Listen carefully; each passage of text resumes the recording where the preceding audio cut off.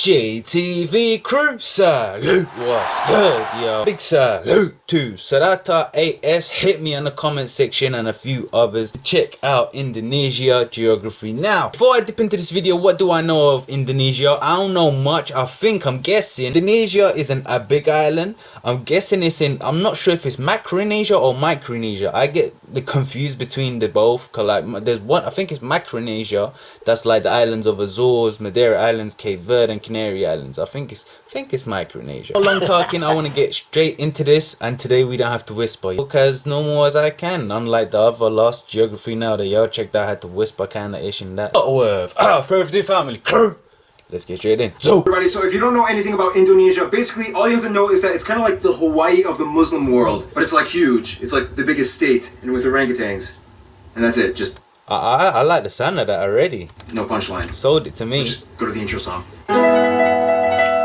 It's time to learn geography now! Hey everybody, I'm your host Barbie. So as some of you know, I've been to Indonesia one time on one island for like 3 hours. I ate one dish, so basically I'm like the Indonesia expert, right? Well, if not, I'm kind of like the only guy on YouTube doing full profile video. You went to one island for 3 hours? I guess it was a connected flight. Did I hear that right?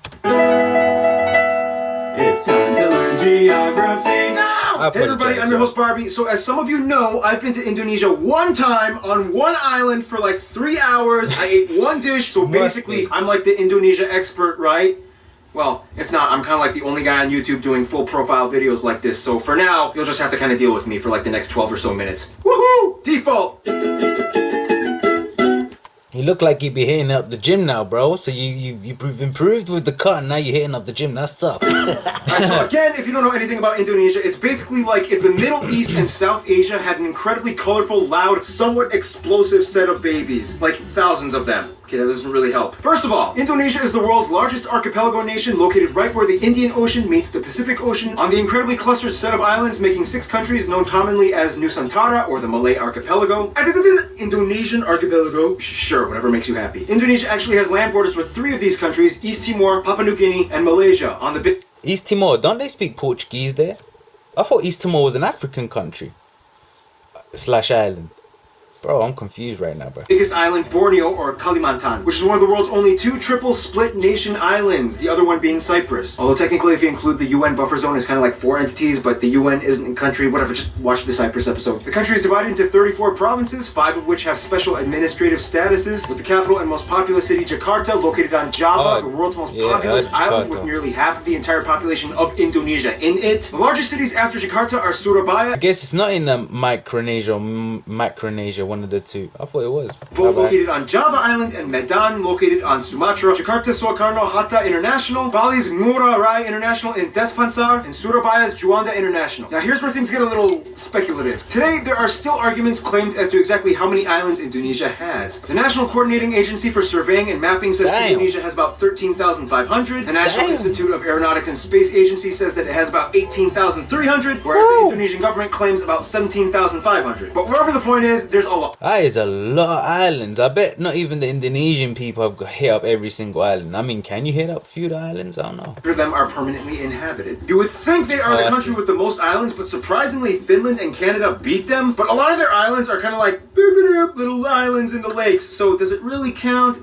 I guess. Now let's talk about the 5 special administrative provinces. They are Aceh, Yogyakarta, West Papua and Papua, and the capital Jakarta. Now, no surprise, the capital Jakarta acts as its own political entity. Lots of countries do that. But what about the others? First, Aceh. Aceh is kind of like the black sheep of Indonesia. It's the only province in which Sharia law is fully implemented. Also, they kind of have like a ton of oil, so yeah, they've kind of asserted a very independent ideology that sets them apart as autonomous from the rest of Indonesia. Then you have Yogyakarta, which is the only region that is still governed by a pre-colonial monarchy. The Sultan of Yogyakarta, who acts as a hereditary governor. Otherwise, we get the 2 Papuas, which collectively used to be the province called Irian Jaya, but then in 2003 they got split into 2. Basically, this is the place that has the least in common with the rest of Indonesia. It has a culture and background closer to their cousins across the border in Papua New Guinea. So then why is this part of Indonesia? Well, long story short, Indonesia was basically like, well, now that we have our full sovereignty, we get everything that the Dutch colonized. But the people of Papua were not too happy, so then Indonesia Indonesia was like, all right, we'll give you a vote to stay or leave. However, we would strongly implore you to make the right decision. So they voted to stay in. A lot of people complained. There's still some current opposition, and to this day, the area has a relatively high level of autonomy, and the government kind of just leaves them alone, except for when it comes to mining for resources. Oh, and the South Maluku area also kind of has like an independence dispute thing kind of going on, but the major opponents to the Indonesian government are primarily based in the Netherlands. Then you have the strange Riau Islands, which look like they should belong to Malaysia, but they don't, even though they have a strong Malay-derived culture. Then you have the Ambalat Sea Block, which has a ton of oil that both they and Malaysia argue over. So that essentially covers most of the administrative divisions of Indonesia. Some of the most notable spots of interest in Indonesia might include the National Monument and Museum, Royal Keraton na Yogyakarta Palace, Ratu Boko, the Magelang and chicken-shaped churches, Borobudur, disputed to be the largest Buddhist temple in the world, Maimun Palace, the Taman Sari Underground Mosque, the Equator Monument, the Pura Ulun Danu Bratan Lake Temples, yeah, try to say that 5 times fast, Pura Ulun Danu Bratan Lake, the Millennium Bridge, the Sacred Monkey Temple, the Hellmouth or Elephant Cave, 7-story pagoda of Cebu, the smoked mummy villages of Aikim and Jiwika in Papua, or if you're lazy, you can just go to the Teman Mini Indonesia Indah Park, which kind of has like a bunch of replicas of all the famed sites in Indonesia. Oh, and keep in mind there's Dutch colonial style buildings all over, too many ancient temples and pagodas to list, but no matter how many buildings and landmarks are built, they will never compare to what Mother Nature has done. Which brings us to... Did y'all speak a bit of Dutch since the Dutch was over there? It's like that one ex we all had back in our 20s that we trusted a stupid friend to hook us up with. Super attractive, but almost killed you a few times. Indonesia lies on what is labeled as the prehistoric continental shelf known as Sundaland, which during the Ice Age times pretty much connected all of the islands together before the Wallace Line until the ice melted and filled in the gaps. Now this is where things get incredibly messed up. Not only is Indonesia right in the worst part of the Ring of Fire, but the country is basically smashed between 3 converging major continental plates. The Eurasian, the Pacific, and the Australian plates, with dozens of minor plates and rifts like the Sunda, Timor, Banda, Molucca, and so on. This in return gives Indonesia over 400 volcanoes, disputably more than any in the world, with over Molucca in Portuguese means crazy, well in Spanish too, man. 150 active ones, making it the most volcanically active country in the world as well. This means on a daily basis, Indonesia experiences on average about 4 earthquakes a day, ranging anywhere between the small, timid 3 to a noticeable 6 on the Richter scale. And you never know where or when they will happen.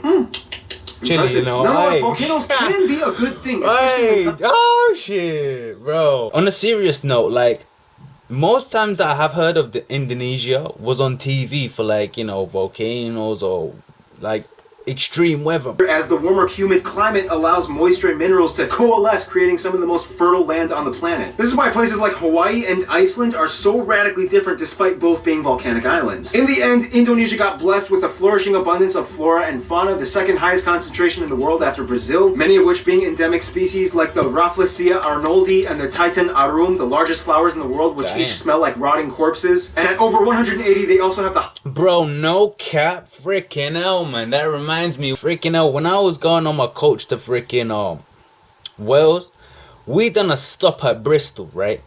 The coach opened up the doors, little people that were getting off at Bristol and ish. Bro, he was smoking a cigarette.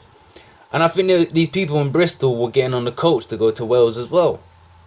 It's a different country, England and Wales, you know what I'm saying? But anyway, so freaking hell, when these guys got on the freaking coach, I think it was a couple, it was a guy and a lady, you know what I'm saying? Bruh, I don't know if it was them, I don't know if it was the smell from outside, but bro, I was confused and dazed. Like, I've never had a strong smell like that ever in my life. And so many like flashbacks of what that ish could have smelled like, I had no freaking idea. Until I was almost reaching to Cardiff, bruh. And I was like, damn, that smells like death, bro. On God, if y'all don't know what the smell of death was, if I could have vlogged that and somehow y'all could have smelt that through the camera, like, you know, who knows, in a few generations, it might be a smell sensor. You can smell the person through the camera. I don't know. Or is that a master plan of mine? Oh gosh, that's crazy. But yeah, back into Indonesia, bro. Highest concentration of mammals out of anywhere in the world. Nonetheless, the national animal is actually a reptile, the largest in the world at 3 meters long, the famous Komodo dragon, which you can find a bunch of on Komodo Island, which is where they get their name from, and they can kill people. What? Just a heads up. And the surprisingly not national animal, even though everybody knows and loves them, the only great ape in Asia, orangutans, are only found on this archipelago as well. By the way, they look docile and quiet, but orangutans can rip off your arm if you anger them.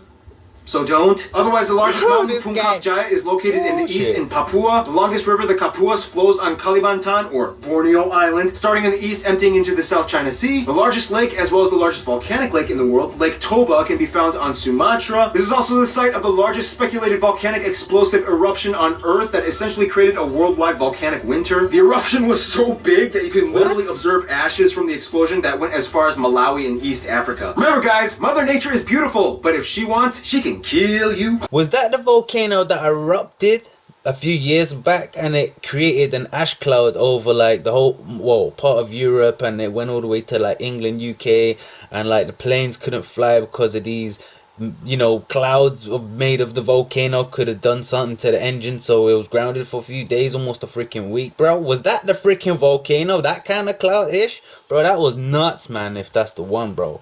Indonesia, man, damn. The eruption was so big that you can literally observe ashes from the explosion that went as far as Malawi in East Africa. Remember, guys, Mother Nature is beautiful, but if she wants, she can kill you. Close to Puncak Jaya is Grasberg, the largest gold and copper mine in the world. And on Mount Ijen on Java, which spews out blue lava, all over you can find intrepid sulfur miners that literally go into the base of the volcanic craters, risking health just to get raw sulfur. That looks so beautiful, Otherwise, though. other anomalies like the Sidorajo mud volcanoes, the three-colored Lake Kelimutu in Flores, and the Kakaban Island Jellyfish Lake. Bro, this part that came in with the whole volcano description and whatnot, that was lit, man. I need to pull that back. I've never pulled back a reaction on Geography Now. This be a first time, so Indonesia, well done, man. That was lit. And on Mount Ijen on Java, which spews out blue lava, all over you can find intrepid sulfur miners that literally go into the base of the volcanic craters, risking health just to get raw sulfur ores. Otherwise, you have other anomalies like the Sidorajo mud volcanoes, the three-colored Lake Kelimutu in Flores, and the Kakaban Island Jellyfish Lake. Too many strange places. Indonesia is so different. Indonesia is the #1 producer of palm oil, cloves, cinnamon, nutmeg, coconut, and vanilla. Some national dishes might include things like rendang, satay, or satay, gado-gado, lontong, ketupat, papeda, ikan bakar, pempek, tumpeng, lemang, and the national dish nasi goreng, which basically just means fried rice, which has no exact recipe. What was the whole Malaysia flag and the whole upset emoji? You can mix it up and kind of do whatever you want to it. Oh, and keep in mind, Malaysia might argue that some of these dishes belong to them, but that's a whole other story. Oh, don't tell me you hit me with a knife. Oh. Have you always wanted to learn to code, but don't know where to start? Would you like to make... Okay, back in, man. Talk about it. Now, there's a lot of curious mysteries when it comes to Indonesia's people. Like, how did they become predominantly Muslim? Or what's the whole deal with them in Malaysia? Or wait, this guy is considered an Indonesian? What? First of all, the country has about 263 million people, making it the 4th most populous country in the world, with the largest population of Muslims as well. Now, here's the thing. In a sense, yes, 95% of the population is considered native Indonesian. But that's an incredibly broad term, considering that Indonesia has about 300 different ethno-linguistic groups split up across all the island regions of the country. If you look at a map with the actual ethnic group breakdown, it kind of looks something like this. Nonetheless, the two largest parent ethnic groups are the Javanese that make up about 40%, the Sundanese that make up about 15%. Otherwise, the rest of the population is primarily made up of smaller groups and tribes that have only around 2 to 3% each, like the Batak, the Sulawesi, the Balinese, Minangkabau, Betawi, Papuan, Dayak, and so on. Finally, about 5% are non-indigenous Indonesians like Chinese, Arabs, Indians, and even a few Europeans. They also use the Indonesian rupiah as their currency, they use the Type-C plug outlet, and they drive on the left side of the road. And here's where things get a little confusing. Culture and language. The one thing that kind of unites all Indonesians is that they share the national language Bahasa Indonesia, which means the Indonesian language. However, Bahasa Indonesia is actually kind of like a lingua franca to many of the people, as Indonesia is the world's largest trilingual country. In addition to Bahasa Indonesia, most people speak their own mother tongue as well as English. Yep, English. They caught on quick when they realized it was the money language. The funny thing is, even though the Japanese make up the largest people group, the Japanese language is not an official language. Technically, I like that. I need to hear that back too. Oh man, this is actually kind of like a lingua franca to many of the people, as Indonesia is the world's largest trilingual country. In addition to Bahasa Indonesia, most people speak their own mother tongue as well as English. Yep, English. They caught on quick when they realized it was the money language. The funny thing is, even though the Javanese make up the largest people group, the Javanese language is not an official language. Technically, it could have been, but then that would have favored one people group over all the others, which would have caused tension, so they kind of had to choose like a neutral default. Plus, Javanese is like really hard to learn, and the original writing system also although very beautiful, is incredibly difficult to write. Nonetheless, at nearly 100 million speakers, this makes Javanese the largest non-official minority language in the world. And that's why the Bahasa Indonesia language is so strange. It's not even technically indigenous to Indonesia, but more Malay-derived. To this day, people who speak Bahasa Indonesia can understand somewhere around 60 to 70% of what their neighbors are saying in Malaysia. The biggest difference, though, would be the loan words, as Indonesia took quite a bit of influence from the Dutch back in colonial times. For example, kantor versus kantor, dokter versus dokter, mantel, mantel, oma, opa, wortel, wortel. Speaking of the Dutch, quick history lesson. Hindu kingdoms, Buddhist kingdoms, Islamic kingdoms. The Portuguese come in quickly, but then the Dutch flock in. Snap, no wonder why. I was thinking that too, like I swear Portuguese had a period. The Portuguese come in quickly, but then the Dutch flock in. Japan comes in for a couple of years and decimates a huge chunk of the population. Independence, Republic, the Suharto years. Controversial incidents and fights with ethnic Chinese, Timorese, and Papuan peoples. Suharto falls, Reformation period begins, and here we are today. In Indonesia, all citizens are required to register under one of 6 recognized religion categories: Islam, Protestant, Catholic, Hindu, Buddhist, and Confucianism. If you don't identify with either, then sorry. Prior to Islam entering around the 13th century, Indonesia was actually primarily Hindu and Buddhist. It's disputed on how exactly Indonesia became prevalently Muslim. Some people will say that it's because of the Arab traders that came by in the early first millennium. Others will say that maybe it had to do with the Malacca Sultanate conquest that fought against the Hindu and Buddhist kingdoms. And the truth is, both might be right. Inevitably, Bali became like the last sort of haven for whatever Hindus were left. The eastern Nusa Tenggara region and the Papuas remained predominantly Christian as the Dutch and Portuguese shared the gospel. Islamic culture in Indonesia is a little different from what it looks like in the Middle East. For one, most mosques don't have the typical dome structure, and actually many of them resemble Hindu temples, like the Demak Great Mosque. When a family You see how different Indonesia is, bro? Bro, man. member dies, their relatives might often come together and pray for a whole week, and then again on the 40th day, and then on the year anniversary, and then on the 500th day, and so on. Also, the night before Eid al-Fitr, the youth might gather and go around neighborhoods reciting the takbir. Those are some things you don't really typically find in the Middle East. Clothing modesty customs are pretty loose. Not all Muslim women wear hijabs, however, the ones that do might also complement it with Western clothing, like branded t-shirts with skin-tight sleeves and jeans. When I was in I've noticed that, you know. I've noticed that. Indonesia, I saw a hijab-wearing woman with short sleeves and capri pants exposed. It depends on where you are, and many indigenous people still follow ancient traditions. Everything from the Minangkabau candle dance to the gamelan players of Yogyakarta, Wayang Javanese shadow puppetry, Balinese festivals, Sumatran pencak silat martial art tournaments, Kenya motif paintings of the Kalimantan tribes, the deadly Pasola game played by Sumba peoples, Karbeng cow racing on Madura Island, the strange burial traditions of the Toraja people, and everywhere you can find those pointy longhouses. Otherwise, some notable people of Indonesian descent might include people like the first president Sukarno, Gada Maja, R.A. Kartini, B.J. Habibie, Iko Uwais, Yayan Ruhian, Sisep Arif Rahman, Is it just me, or when Paul's saying these words, he's saying it with a lot of air? Can y'all hear that? Paul, you smoking, bro? You need to cut out the smoking, man. Some notable people of Indonesian descent might include people like the first president Sukarno, Gada Maja, R.A. Kartini, B.J. Habibie, Iko Uwais, Yayan Ruhian, Sisep Arif Rahman, Agnes Monica, Iwan Fals, Anggun, Megawati Sukarno Putri, the Hartono brothers, and YouTubers Brian Emanuel and Raditya Dika. Now, I'd cover Indonesia's culture because there's so many different people groups, each with their own cultures. It's insanely colorful and rich. I wish we could cover more, but we gotta move on to some diplomatics, shall we? Yes, sir.